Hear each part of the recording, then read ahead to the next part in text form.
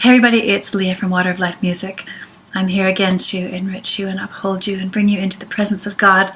So hopefully while you're listening to this, you're free to just praise Him, love Him, and come into His presence. That being said, I actually don't have a scripture to give you right now. I really want to talk about beauty. And it's an interesting thing that here it's Christmas time, people are shopping lots, getting, makeup, clothes, stuff, parties. And I really, really feel like I need to talk to you about beauty. And the question at the top of this message is, are you beautiful enough? Are you beautiful enough? The TV asks you that all the time. They advertise in some marketing to you to make you feel insecure and like you need to be more beautiful. But my question to you is, are you beautiful enough? And I want to go through a little bit of logic here. When I first got saved, I was young and lovely. I thought I was lovely. But I had this weird thing. I loved earrings, and I had like hundreds of earrings, maybe not quite 100, but and it was the weirdest thing. And I was a young student, and I didn't have much money, but I don't know. I just love dangly, sparkly things. I still love dangly, sparkly things. I'm sitting behind my little tree here, but as the first week I got saved, I was riding on a bus, and I don't know. I just had the sense to take my earrings out. It was the weirdest thing. And as I remember particularly being on this bus, and all I saw was the backs of women's ears, and I saw their earrings swinging. And I liked earrings, and I wouldn't go out. I was always makeup and everything, earrings. And it was the weirdest thing for me to stop wearing earrings. Now, does that mean every one of you need to stop wearing earrings? Of course not. It's just something He spoke to me. Reason? Because I was obsessed with earrings. I loved earrings. I had so many of them. I just found them beautiful. So I haven't really worn earrings for, I would say, 32 years now. Although I did briefly buy some earrings for my wedding a few years back, but then promptly lost them on our honeymoon. They were really expensive earrings. So that was it. No more earrings for me. So later in my life, I actually became kind of obsessed with gemstones as well. I just collected rocks. I loved rocks. And I had to let them go as well because I was obsessing on them. But anyway, I want to talk about what beauty is. You may already know this, but God sees you very differently than the world sees you. The worldly standard is, actually it's really fun. If you read the book of Enoch, I highly recommend it if you do. It's a very interesting book. And he says something very interesting, that when the fallen angels came to earth, they taught man things that God never intended for them to know. One was warfare. One, how to make weapons, how to do all the sort of evil stuff. One of them was how to paint your eyes, and I thought very interesting. And yet you look at very ancient civilizations, and they did that eye painting thing. So my point is, this is a worldly system, and again, it doesn't mean you have to stop wearing makeup. I'm just trying to sort of paint a picture for you of how we got to where we are. The worldly standard is also very low. Remember, of course, that if you love God and you're thinking of the future, you're thinking eternally. You're thinking forever. Well, how long does your body last? It lasts about 50, 80, 100, 120 years, not very long. In the span of eternity, our bodies are not even barely registering. And yet it's our spacesuit is what we walk around in, right? So we spend a lot of time and money making our spaceship look good. And yeah, I know I could use a haircut. There's things that I could definitely do to improve my appearance, but my point is that that's not where my beauty comes from. My beauty comes from the Spirit of God that's in me. So while it's important that we dress nicely and we take care of ourselves, I've deliberately stepped away from it for a while because I used to be, into all that stuff. The interesting thing is that when I got very sick a few years ago, about 2013, I got really, really, really sick. I got Graves' disease, and I was so sick, and my eyes swelled up. They weren't quite that big, but they were big, and they were ugly, and I couldn't even look at myself in the mirror because I didn't like the way I looked. I took down all the mirrors, and I literally looked in the mirror and I didn't recognize myself, and it freaked me out. And during that time, I couldn't wear makeup because it physically hurt my eyes, and my eyes were so irritated and sore anyway. I didn't want to put anything near them, so I stopped wearing makeup. And it was the weirdest thing. Not only did I not recognize myself because my eyes looked so funny, but I'd never not worn makeup. I'd worn it for so long. And I had to get used to what my face actually looked like. This is my face without makeup. This is my hair without a nice haircut. And I realized that by worldly standards, I didn't look very good anymore. And of course, you get that as you get older too. I'm 54, and you know, I don't look like I did when I was 22. But what it actually gave me, even though I was really sick, it was horrible. I hated that time when I had Graves' disease, and as you see, the Lord has cured me of that, and that's a whole other story. But what I learned was I was actually freed from my prison of having to wear makeup every day, and of having to look a certain way, and having to attain a certain beauty thing. And it was amazing. And the truth is that after I got cured, I actually never went back. I never went back to makeup. Sometimes I'll wear it for a very special occasion, but even then I'm like, no. So it freed me from that worldly system. And so when you can stand back from the worldly system and you look around, you go, wow, like, fashion is just designed to suck money out of your pocket. And you were on fashion this year, but you're not in fashion next year. It's horrible. And it's designed to just keep us on this treadmill of earning more, and putting our focus on our bodies. And again, not only are our bodies passing away, fashion is passing away every 5 or 6 months. I mean, when you're enslaved to fashion, it's very expensive and very difficult. I always note that the fashion designers always just wear black because they don't want to ever be not in fashion. But nowadays, clothes are actually designed to create lust, right? Like skimpy outfits, really short dresses, really tight everything. The whole focus on clothes is to create lust in other people. And you know that's a sin, right? Like, you shouldn't lust after people, and if you're causing your brother or sister to sin, that's a bad thing. You know, if you're flopping your cleavage around and you're causing a young man to be lustful after you, you're actually creating sin in him, and you're responsible for that, right? So it's a real burden that's been put on young women, you know, throughout history, but specifically now, where first of all, they feel like they have to dress really, really skimpily to be even seen as normal. Secondly, to get the attention of a man. Thirdly, but you know, they've done these experiments where when men look at you, say for example, even the difference between a bikini and a one piece, when men in the brain part, when they look at a woman who's wearing scantily clothes, they see them as object. And it's not the man's fault, it's just the way the brain is. But when they see them dressed nicely, you know, in a modest attire, they see them as women.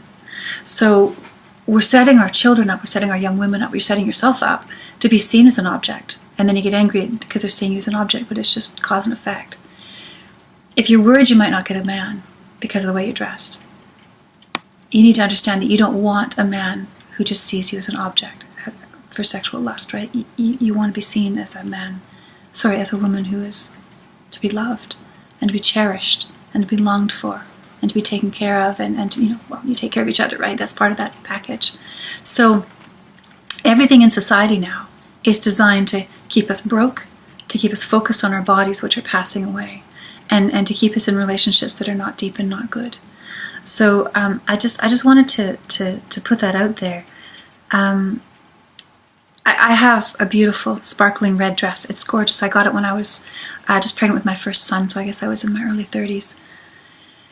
And I got it for a very special occasion, and it's tight and it's shimmery, and it's everything you know, if you want to be a rock star's wife, that's what you wear, right? So I love that dress, and I still fit it until very, very recently. And very recently the Lord said, you need to give that up. I remember praying to him one night, Lord, is there anything that, you know, keeps me from you, blah, blah, blah. And immediately he said, your red sparkly dress. And I was like, oh, not the red dress. Anything but the red dress, Lord. And I realized how hard it was for me to let that go, because it was part of who I was. There was part of me saying, hey, I'm 54 and I can still fit my sparkly red dress. That was pride, right? And so I had to get rid of it. I had to... It had to be out of my closet. It had to be out of my heart, because I really hung on to that, because that was part of who I was, right? So it's interesting how these things, how these perceptions of ourselves carry us, right? So what does the Bible say about you? Well, the first thing it says about you is you are made in God's image. You are beautiful. I don't care what you think you look like. You are beautiful. You are made in God's image. So... is he 5'6" and blonde? No. Is he 6'2" and curly black hair? No. He's all those things. He's everything that you are, everything that I am. He's everything Asian, everything white, everything black, everything Aboriginal. He's all of us put together, right? You are beautiful. I am beautiful. And there's nothing that differentiates us. I don't care what you look like. You are beautiful because you're made in God's image. Number 2, he said you were fearfully and wonderfully made. There's no accidents. Your face is beautiful. The shape of your jaw is beautiful. You know, my daughter's 19. She is really a product of the media culture. And I remember when she was about 10, she started coming to me and saying, "Mom, your lips are just too thin." And I'm like, what? I like my lips. Like, what's wrong with my lips, right? And I guess whatever models or, you know, whoever was famous at that time, they were promoting the big, you know, Angelina Jolie, you know, bee sting lips, right? And so she was looking at me and she was seeing me as ugly. And I'd never seen myself, I'm not happy with the way I look, I'm fine. But she saw me as ugly. It was really interesting. And she'd be like, "Mom, your butt's too small." I'm like, "What do you mean my butt's too small?" Like, people of my generation spent a fair amount of time and energy making sure their butts didn't get too big. But apparently the Kardashians have changed all that and everybody wants big butts. And I'm like, oh my gosh, you're kidding me. So, you know, the difference between, you know, me and my daughter was massive in terms of she was actually hypercritical of me. But of course, she was even more hypercritical of herself. I remember finding a list one day with like 35 different things she would change for herself. And so she needed these products, that she had listed all the products and all the procedures and everything. I was horrified. We had that talk. But it was a long time before she let that go. The Bible says you are wonderfully and fearfully made. Believe that. Even if you don't like your nose or your lips or your butt, get over it. Like seriously, get over it. Another thing, does anybody here, I guess I can't really see a show of hands, but do you guys know what thigh gap is? I didn't either. Okay, I'm old, but I'd never heard of thigh gap. But I remember my daughter was so upset one day, and I'm like, "Baby, what's wrong?" She goes, I don't have a thigh gap. I'm like, "What? I don't have a thigh gap." I'm like, "What's a thigh gap?" So I guess there's some measurement that unless you had a certain measurement, you know, like if your legs were too fat if they touched, and if you didn't have a certain distance between the two of them, your thigh gap wasn't big enough. And women, girls obsessing about this. And so we know that that sort of thing kills people, right? People commit suicide over stupid things like that. When you stand before God, you are not going to be judged on your thigh gap. You can be judged on your heart. Of course, you're going to be judged on whether or not you know him. You're going to be judged on your heart. Ladies, gentlemen, you're going to be judged on your heart. Nothing else. Did you do good while you were on earth? Did you love God with all your heart? Did you love your neighbor as yourself? Not how much money did you spend on plastic surgery. Not how good do you look in that red sequin dress. This question I'm never going to be asked. I think it's the Psalm 31, the woman about, a woman who gets up early in the morning and takes care of the flocks and that sort of thing. Like there's a very specific biblical account of what a good woman looks like. And I think it's Psalm 31, Proverbs. I'm sorry, Proverbs. I should have had that reference. I'll put it below. Go read that. But when I read that, and I remember my beautiful daughter, my last birthday, read that out to me. And she was saying that she recognized in me all those things that were in that proverb. Not the flocks thing, but I was so touched. I was so touched because that is what we should aspire to. A heart that is after God's kingdom. A heart that is after God's heart. A heart that is after God's people. That's what makes you beautiful, ladies. Not the color of makeup. Not how you style your hair. Not the clothes you wear. Not the car you drive. It's your heart. It's your heart, and He is after your heart.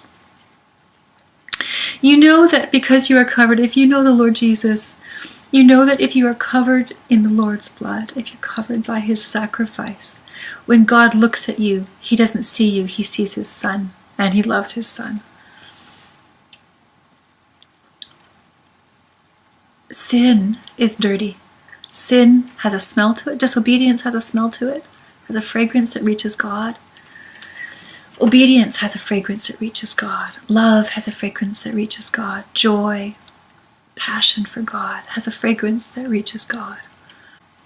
when he looks at you, he sees the beauty of your heart.